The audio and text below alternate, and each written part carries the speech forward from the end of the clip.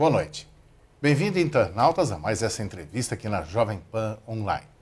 Nosso assunto hoje é saúde e, em especial, o direito da saúde, a área da bioética. Nesse exato instante, não há família brasileira que tome contato com uma situação.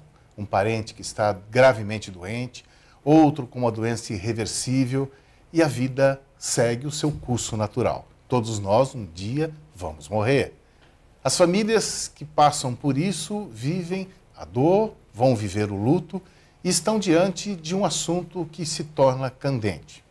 O nosso convidado de hoje é um professor de Direito Civil e também de Bioética e de Direito da Saúde.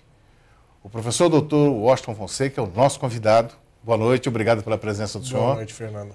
O senhor seleciona em universidades? Sim, e não só universidades, mas fora do país também. Tenho muitas participações em congressos internacionais. Até mesmo agora, em setembro, eu fui convidado pela Unesco em Israel para ter algumas discussões acadêmicas e mudanças legislativas naquele país. Morte é um assunto que todo mundo foge, né? Até nem pronuncia a palavra direito. Tem pessoas que não suportam nem ouvir a palavra. Só que a curso natural nos leva a isso, é a nossa vida. Quando o direito cuida dessa área, vida, e depois a morte que se segue, e o tratamento anterior prolongado de uma doença, que área? É a bioética que cuida dessa parte? Bem, a gente tem várias áreas dentro do direito que poderiam ser abordadas. Direito civil, propriamente dito, que cuida dos direitos das pessoas propriamente na concepção. E o que é a concepção? A concepção é o momento onde há a fecundação do espermatozoide junto ao óvulo e, consequentemente, tendo o embrião. Direito penal e a bioética, o biodireito, vem justamente regulamentar questões éticas atreladas ao direito, a conduta que se deve ter para com seres humanos, e não só isso, as práticas que vêm sendo trabalhadas no curso de tratamentos médicos, farmacêuticos, entre outros. Também os hospitais têm a sua comissão de bioética, né? Sim, tem essa comissão de ética. Os hospitais têm suas comissões de ética, sim. Que trata. Por isso que o direito é fascinante. O direito abraça todo mundo, as paixões humanas, tudo que seja da nossa vida, do curso da nossa vida. Eu entendo que eu sou um suspeito para falar que o direito é apaixonante, senão não teria buscado a faculdade de Direito, não seria advogado, não seria professor. E eu acho muito curioso porque o direito trata desde o primeiro instante de vida, e eu não digo sempre que é a questão da morte em si. O direito vai muito além da morte. Então eu entendo que é uma ciência fascinante que acompanha a humanidade há milhares e milhares de anos. Direito de família vai abranger aquela área de heranças, de divisões e discussões, né? Sem sombra de dúvida alguma. É uma área bastante... Eu entendo que é a área mais conflituosa dentro da área da seara do direito, porque muitas pessoas pensam, nossa, existem muitos problemas atrelados a direito penal, aos crimes, mas onde existe mesmo a grande problemática da família brasileira, eu entendo que é na vara da família, onde muitas vezes os homens, mulheres, acabam entrando em conflito, utilizam-se de filhos, uma série de coisas, ou seja, é uma situação bastante desagradável, se não a mais complicada. O senhor vai nesse congresso da Unesco agora. Sim. Trata em especial de uma questão polêmica. Para o público leigo, quando ele encontra essas duas palavras, ele fica um pouco confuso. Eutanásia e ortotanásia. Sim. Como podemos esclarecer os nossos internautas que acompanham essa nossa conversa? O que significa ambos? Qual é realmente a função de cada uma delas e o que o direito prevê em relação à ortotanásia e à eutanásia? Eu acho muito interessante que este tópico vem sendo trazido à baila no Brasil de uns tempos para cá, porque a sociedade vive em constante mudança. E o favorecimento das pessoas, de maneira geral, a mídia, tem facilitado muito o acesso ao direito das pessoas e, consequentemente, o entendimento, o discernimento ao que elas propriamente têm disponíveis perante a legislação. É muito importante falarmos da ortotanásia e da eutanásia em situações não só quando a pessoa se defronta com uma possibilidade de fim de vida, porque eu acho que o termo morte é um termo um tanto quanto forte e é uma palavra que não muito agrada as pessoas. Mas vamos colocar a morte como final de vida. é um momento que, mais hora, menos hora, as pessoas vão ter que se defrontar e vão ter que encarar.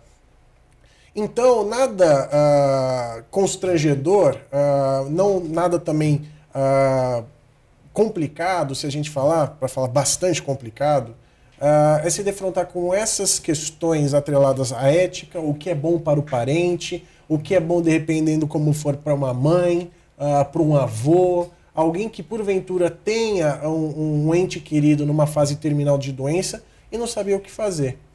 A eutanásia é um encurtamento da vida, onde um doente terminal, com uma doença, uma patologia, não tem mais jeito de cura ou sobrevida, e esse doente, cansado de sofrer, opta em pôr fim à sua vida. É essa a eutanásia, é um encurtamento da vida propriamente dito. A ortotanásia é permitir, é fazer com que o paciente ele tenha o curso natural da sua vida, em doenças terminais, e que, consequentemente, tenha a opção de seguir no curso da sua patologia, da sua doença, de uma maneira muito mais tranquila, serena, se assim a gente pode dizer. Ou seja, minimizar ao máximo o sofrimento dessa pessoa. Ou seja, um tratamento médico que vai só prolongar aquela situação. Ele pode continuar sendo atendido, receber medicação, mas Sim. não naquela medida em que aquilo vai prolongar por longo tempo uma situação realmente que só vai causar dor ao paciente e também aos familiares. Eu vou dar um exemplo particular meu, Fernando, que eu tive na minha família. Meu avô faleceu do ano passado, ele tinha câncer. Chegou num dado momento em que a quimioterapia não surtia mais qualquer tipo de efeito. E os médicos chegaram aos netos e aos filhos, no caso meu pai e aos meus tios, e abordaram a situação falando que, olha, não existe mais jeito para o seu Washington, que eu carrego o nome dele coincidentemente. A situação é justamente proporcionar um cuidado de conforto para esse paciente, no caso o meu avô, e que, consequentemente, ele possa ter dignidade até o fim da vida. Porque se ele fosse eventualmente submetido, continuasse a ser submetido a uma quimioterapia, isso aí abalaria, obviamente, o organismo dele, traria uma série de sequelas, uma série de danos que, obviamente, não acarretaria qualquer tipo de promoção de cura. Então, optamos, em relação ao meu avô, fazer o quê? Dar a ele conforto, tiramos a quimioterapia diante da sugestão dos médicos, concordamos com isso, e a partir daí foram introduzidos medicamentos para que ele pudesse justamente ter o quê? Tranquilidade, não ter sofrimento, dor no final da vida. E de fato isso aconteceu. Ele morreu de forma muito serena por conta disso. Essa é a ortotanásia. A palavra quer dizer exatamente o quê? Em latim, ela significa morte boa. Não existe uma morte boa, Claro. né? Mas eu posso lhe dizer que é uma morte menos danosa, porque ela segue o curso natural da doença do paciente, só que se implementa uma série de cuidados onde esse paciente vai ter o seu sofrimento diminuído assim ao máximo. Já a eutanásia significa o quê? É um encurtamento da vida, a morte é uma morte curta, se assim a gente pode dizer para o público leigo. Um adepto da eutanásia era o chamado Dr. Morte, o Jack Kevorkian. Nos Estados Unidos até existe um filme chamado Você Não Conhece Jack, que justamente narra a vida desse médico e mostra justamente como esse médico preparava a máquina e auxiliava os pacientes terminais a fazer o quê? Promover o encurtamento da sua vida. O que eu acho particularmente uma situação muito complicada. E por quê? Porque se existem formas, óbvio que cada caso é um caso, se existem formas de se promover a cura, não digo a cura, mas se existe a possibilidade de cura futura e hoje existem tecnologias para trazer conforto a esse paciente, por que não apostar nisso? Ao invés de encurtar a vida, que obviamente é um processo sem volta. Então, se no futuro existem doenças que podem vir a ser tratadas e se existem meios que, obviamente, podem ser utilizados para atenuar o sofrimento desse paciente, obviamente tem que ser optado essa segunda situação. Doutor Rocha, esse filme até foi lançado em DVD aqui no Brasil. O ator que interpreta o Dr. Kevorkian é o Al Pacino. O Al Pacino. Excepcional a atuação dele. E é uma história real, é mais um daqueles filmes realmente que trata realmente acompanha tudo o que aconteceu em relação a polêmica, né, presença em cena dele, que ele foi processado, ele teve N vezes N foi vezes, processado. E tem um detalhe muito curioso que em um dos julgamentos dele, ele fala por que eu não posso praticar a eutanásia se as pessoas, obviamente, praticam o aborto. Se o aborto é legalizado em alguns estados, nos Estados Unidos, por que eu não posso praticar a eutanásia? Então ele levou essa questão, suscitou esse ponto em julgamento e gerou uma dúvida muito grande entre os jurados que acompanhavam lá as situações em que ele passou. Com relação à questão da ortotanásia, ou seja, é muito diferente, não tem, como o senhor bem esclareceu, é uma morte aí de uma forma como seria o curso natural das coisas.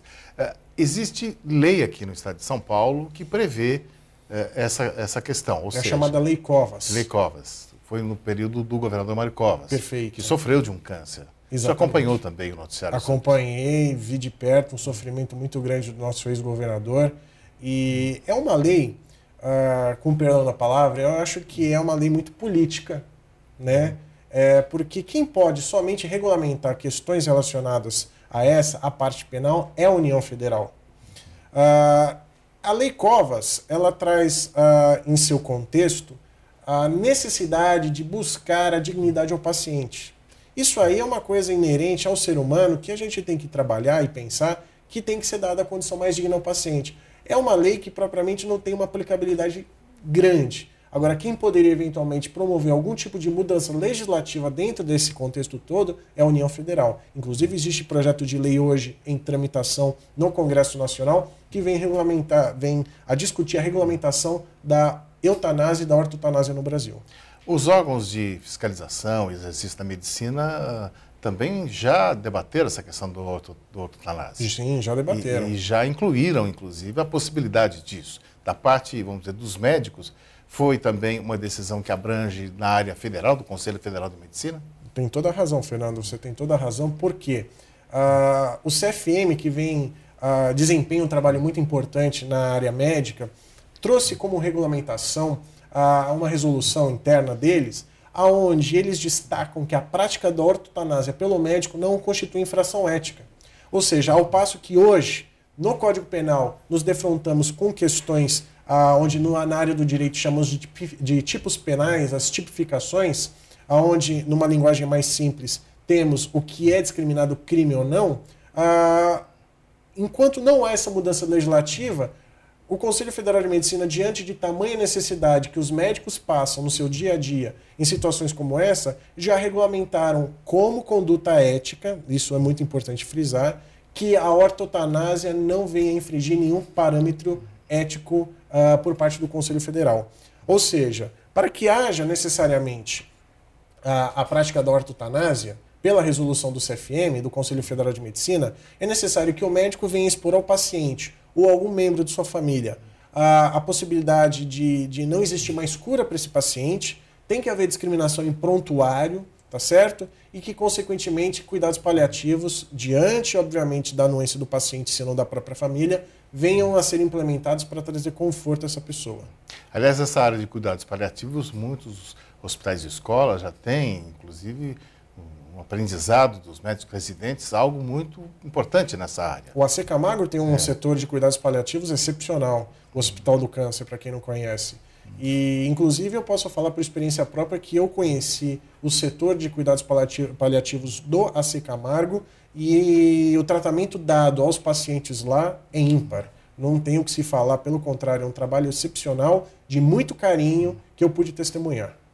Voltando ao governador Covas, ele ficou gravemente doente, era um câncer de bexiga, evoluiu, teve metástases, ele foi tratado, se não me engano, no Instituto do Coração. Isso, aqui pertinho da Paulista.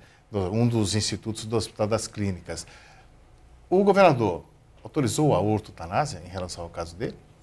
Chegou num dado momento que ele não gostaria mais de sofrer os efeitos do tratamento.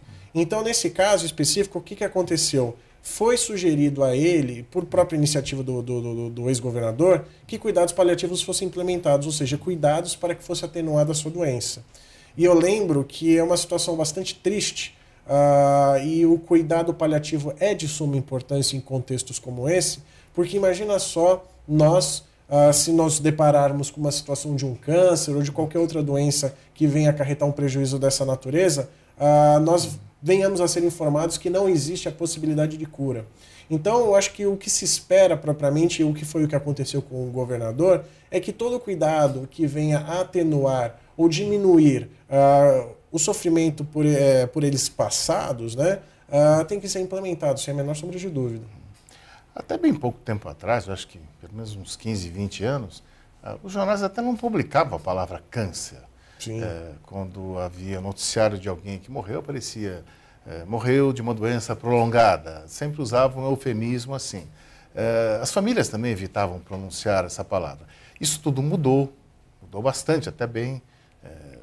As famílias hoje tratam, falam da palavra, até porque o tratamento médico hoje abrange que muitos dos cânceres são tratáveis e as pessoas são curadas, né? Uhum. A questão com morte, o senhor acredita que estamos perto de tratar a morte como algo que é da natureza, da vida humana, ou temos ainda um caminho longo aí para tratar num assunto tão espinhoso?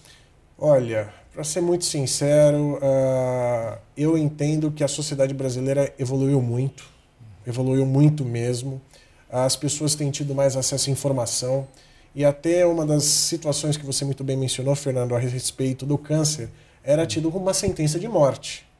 Tanto a AIDS também era tido como uma sentença de morte.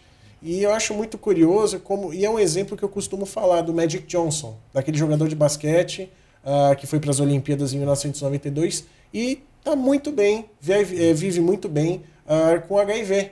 Ou seja, existe tecnologia para ser implementada e quem sabe daqui a um tempo não vai existir uma vacina, uma cura para doenças como essas. O câncer não é diferente. Então a sociedade, obrigatoriamente, com acesso à educação, com cultura, abre a sua cabeça.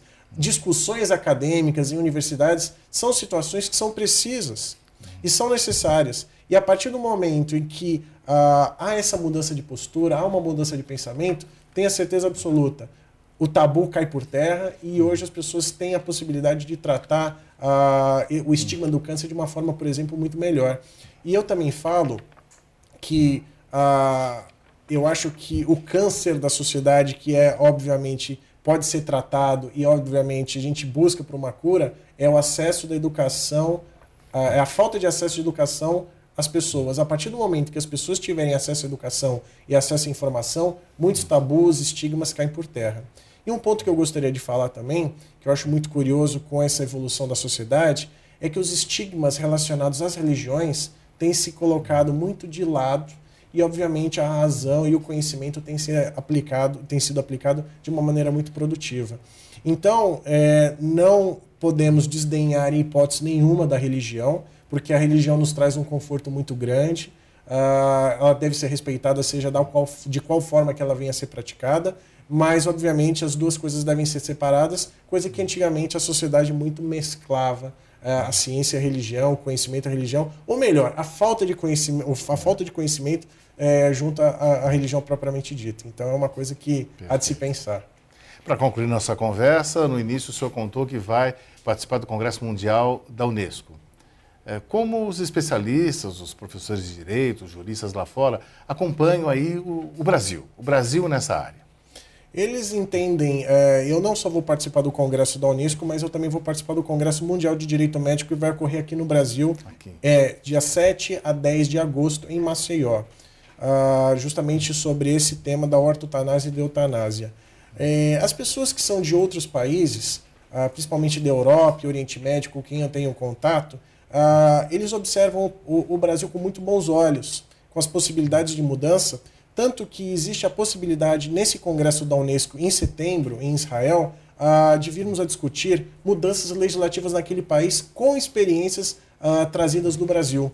Ou seja, os israelenses esperam bastante pelo nosso comparecimento lá, troca de experiências, inclusive com vias e com entendimentos à mudança de legislação.